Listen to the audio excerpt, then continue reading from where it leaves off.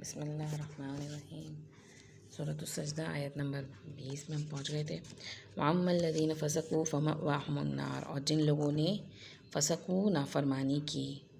فَمَأْوَاهُمُ النَّارُ تو ان کا ٹھکانہ آگ ہے۔ یعنی یاد رکھیں مومن اور فاسق جو ہیں وہ ایک جیسے نہیں ہو سکتے۔ اس دن کہا جائے گا وَامْتَازُوا الْيَوْمَ أَيُّهَا الْمُجْرِمُونَ، آج الگ ہو جاؤ اے مجرموں۔ یعنی دنیا میں تو ساتھ مل کے رہ رہے ہوتے ہیں گے، جیسے اگر ایک مسلمان کمیونٹی بھی ہے گی تو اس میں بھی اچھے برے سب لوگ ساتھ ہی رہ رہے ہیں گے، لیکن وہاں جا کے کیا ہوگا، وہاں سب کو الگ الگ کر دیا جائے گا۔ اور قرآن مجید میں ام نجعل المتقین کالفجار، کیا ہم نافرمانوں متقین کو نافرمانوں کی طرح کر دیں گے، ایسے کہ ان کے لیے کہا جا رہا ہے کہ تمہارے لیے اللہ تعالیٰ نے وہ کچھ آنکھ چھپا کے رکھا ہے گا جو کسی آنکھ نے نہیں دیکھا، لیکن اس کے بعد کیا بتایا گیا تھا، جزاء بما کانوا یعملون، یہ اس کا بدلہ ہے جو تم عمل کیا کرتے تھے۔ یعنی عمل کی وجہ سے جزا اور سزا ہوگی، عمل کیا یا نہیں کیا، یا کیا تو نافرمانی والا کیا۔ دو آیتوں میں آ رہا ہے، آیت نمبر 17 میں بھی آ رہا ہے جزاء بما کانوا یعملون، اور آیت نمبر 19 میں بھی آ رہا ہے نزلا بما کانوا یعملون، یہ مہمانی بھی ان کے لیے کیونکہ انہوں نے عمل کیا، وہ عمل کیا کرتے تھے۔ لیکن جو لوگ عمل اللہ کے بتائے ہوئے طریقے پہ نہیں کرتے بلکہ فسق و فجور میں اور اللہ کی نافرمانی اور اس کی حدود کو توڑتے ہیں گے، تو ان کا کیا انجام ہوگا، کلما ارادوا ان یخرجوا منہا اعیدوا فیہا، یعنی ان کو جب جہنم کے ٹھکانے میں پہنچا دیا جائے گا تو کلما جب کبھی ارادوا، وہ ارادہ کریں گے ان یخرجوا، کہ وہ نکلیں، یعنی اس سے وہ نکلنا چاہیں گے، تو منہا اعیدوا فیہا، تو اسی کے اندر دوبارہ لوٹا دیے جائیں گے۔ اعادہ کرنا کہتے ہیں لوٹانا، جب چاہیں گے کہ نکلیں تو واپس وہیں ڈال دیے جائیں گے، واپس وہیں پھینک دیے جائیں گے۔ تو کوئی غلط فہمی میں نہ رہے کہ اگر ہم یہاں پہ جو چاہے کر رہے ہیں گے، اگر ہمیں دنیا میں یہاں پہ آرام سے سب کچھ ملی ہوئی نعمتیں تو وہاں پہ بھی مل جائیں گی۔ تو اصل میں اس کتاب پر ایمان لانے والا کون ہے، ایمان کا تقاضا کیا ہے اس کتاب پر، کہ اس کتاب پر پھر عمل کیا جائے۔ یہ پورا جو رکوع ہے یہی میسیج دے رہے گا، اور ہمیں نبی کریم صلی اللہ علیہ وسلم کی سنت سے پتہ چلتا ہے کہ آپ صلی اللہ علیہ وسلم روزانہ رات کو یہ پڑھتے تھے، اس کو ریوائز کرتے تھے کہ اس میں ایک تو جنت کا وہ ذکر آ رہا ہے مومنین صادقین کے لیے کہ جو واقعی میں اپنی قربانیاں کرتے ہیں گے، اپنی نیند کو قربان کرتے ہیں گے اور اپنی پیاری چیزوں کو قربان کر کے اللہ کے راہ میں لگاتے ہیں، تو ان کے لیے اللہ نے وہ کچھ چھپا کے رکھا ہے گا جو اس کا کسی کے ذہن میں شبہ تک نہ کیا۔ اور جنہوں نے اپنی مرضی کی، اپنی منمانی کی زندگی گزاری اور انہوں نے فکر ہی نہیں کری کہ ان کا رب اس سے راضی ہو رہا ہے کہ نہیں ہو رہا، تو ان کے لیے بھی یہ کہا جا رہا ہے کہ انہیں پھر لوٹا دیا جائے گا پھر ایسے ٹھکانے پہ۔ وکیل لہم، اور ان سے پھر کہا جائے گا ذوقوا عذاب النار الذی، چکھو آگ کا عذاب، دیکھیں پھر چکھنے کا آیا، ذوقوا چکھو آگ کا عذاب، کنتم بہ تکذبون، یہ وہ ہے جو جسے تم جھٹلایا کرتے تھے، یعنی دنیا میں تم اسے جھٹلا دیا کرتے تھے، اس کو اہمیت ہی نہیں دیتے تھے، اس کی فکر ہی نہیں کرتے تھے، یہ تو سب مولویوں کی گھڑی ہوئی باتیں ہیں گی، ایسا کچھ نہیں ہونے والا ہے، یہ بہت زیادہ ہی انہوں نے لوگوں کو ڈرا ڈرا کے رکھا ہوا ہے۔ اب کیا کہا جا رہا ہے، کرو چکھو، محسوس کرنے میں سب سے زیادہ شدت جو ہے وہ چکھنے کی ہوتی ہے گی۔ تو یہاں کہا جا رہا ہے کہ دنیا کی آزمائش جو ہے گی کہ یہی ٹیسٹ ہے گا کہ آپ دنیا میں رہ کر اللہ کی کتاب پہ کیسے ایمان لاتے ہیں اور اس کے مطابق عمل کرتے ہیں کہ نہیں کرتے، ورنہ پھر وہاں پہ تو سب الگ الگ کر دیے جائیں گے، عمل کرنے والے اور بے عمل لوگ۔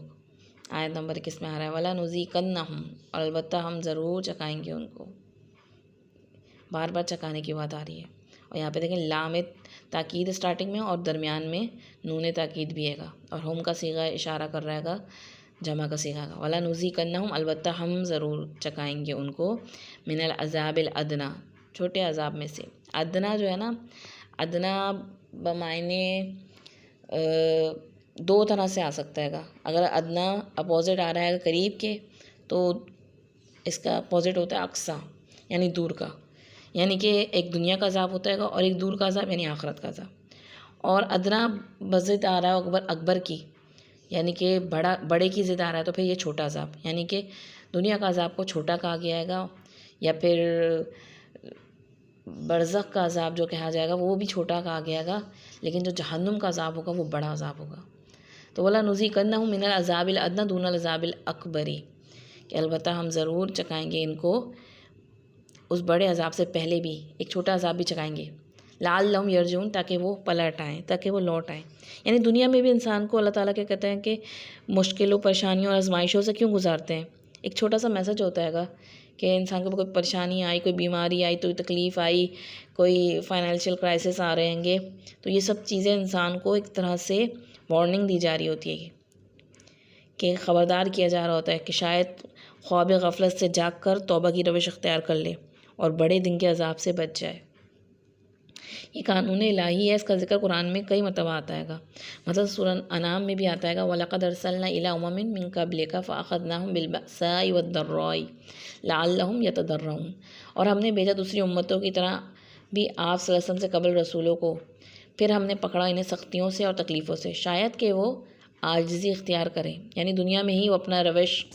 بدل لیں اور صحیح راستے پہ آ جائیں۔ اسی طرح سورہ اعراف میں بھی آتا ہے گا وَمَا أَرْسَلْنَا فِي قَرْيَةٍ مِّن نَّبِيٍّ إِلَّا أَخَذْنَا أَهْلَهَا بِالْبَأْسَاءِ وَالضَّرَّاءِ لَعَلَّهُمْ يَضَرَّعُونَ، اور ہم نے نہیں بھیجا کسی بھی بستی میں کسی بھی نبی کو مگر یہ کہ ہم نے پکڑا اس کے بسنے والوں کو سختیوں سے اور تکلیفوں سے تاکہ وہ گڑ گڑائیں، ان میں عاجزی پیدا ہو، تاکہ وہ اپنے رب کی طرف رجوع کر لیں۔ تو یہ اللہ تعالیٰ کا قانون الہی ہے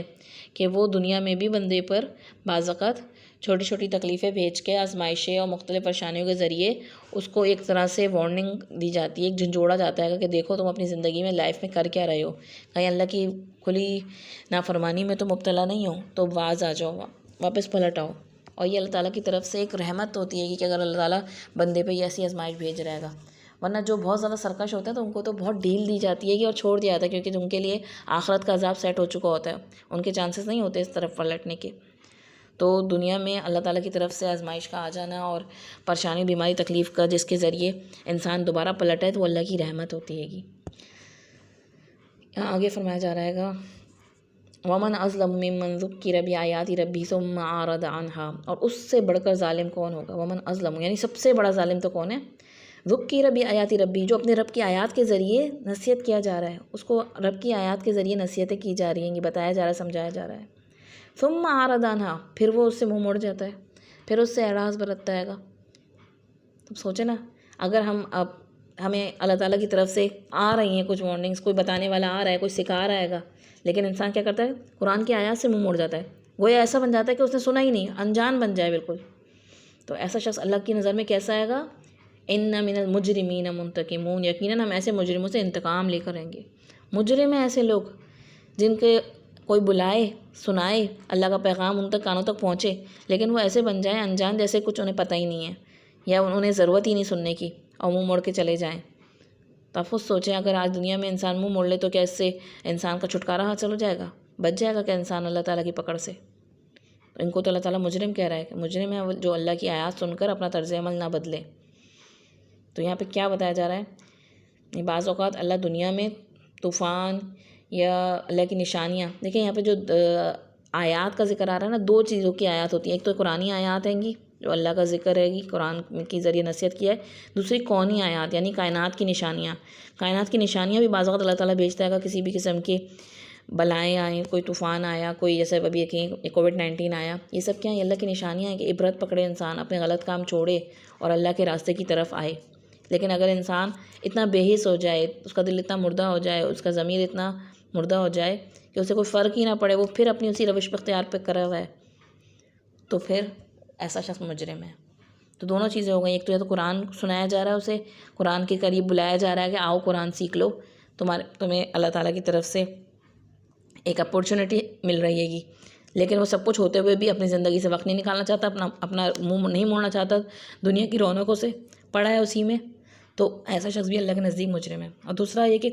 کونی آیات، کائنات میں جو نشانیاں آ رہی ہیں گی، کہیں طوفان آ رہے ہیں، کہیں زلزلے آ رہے ہیں، کہیں کوئی عبرت کا مقام آ رہا ہے گا، اور انسان اس سے عبرت نہ پکڑے بلکہ اپنی ہی روش میں فسق و فجور میں لگا رہے، اپنی زندگی ویسی روٹین میں لگا رہے، تو یہ بھی اللہ کے نزدیک ایسا شخص مجرم بن جاتا ہے گا۔ تو نشانی دیکھنے کے بعد انسان کو اپنے بدلنے کی کوشش کرنی چاہیے، جیسے کہ فرعون کے دربار میں جادوگروں نے کیا تھا کہ جب ان کے سامنے نشانی آئی تو انہوں نے پھر سرنڈر کر دیا، جھک گئے، سجدے میں گر گئے کہ ہم موسیٰ اور ہارون کے رب پر ایمان لے آئے۔ اگر ایسا نہیں کرتا انسان تو انسان کا دل جو ہوتا ہے گا وہ سخت کر دیا جاتا ہے گا، پھر انسان کیا ہوتا ہے گا، سب کچھ دیکھنے کے بعد بھی انسان کیا کرتا ہے گا، پھر ہر طرح کی تعویلیں بناتا ہے، بہانے بناتا ہے گا، اور اپنے آپ کو خود ہی مطمئن کرتا رہتا ہے گا، نہیں میرے ساتھ تو یہ مسئلہ ہے گا، میں اس وجہ سے نہیں پڑھ سکتا، اس وجہ سے نہیں سیکھ سکتا، میں یہ اس وجہ سے عمل نہیں کر سکتا، میرے ساتھ یہ مجبوری۔ تو ہر بندہ دیکھ لے کہ وہ اپنے آگے کے لیے کل کے لیے کس گروہ میں شامل ہونا چاہتا ہے، کیونکہ وہاں پہ تو مجرم اور متقی لوگ جو ہوتے ہیں وہ الگ الگ کر دیے جائیں گے۔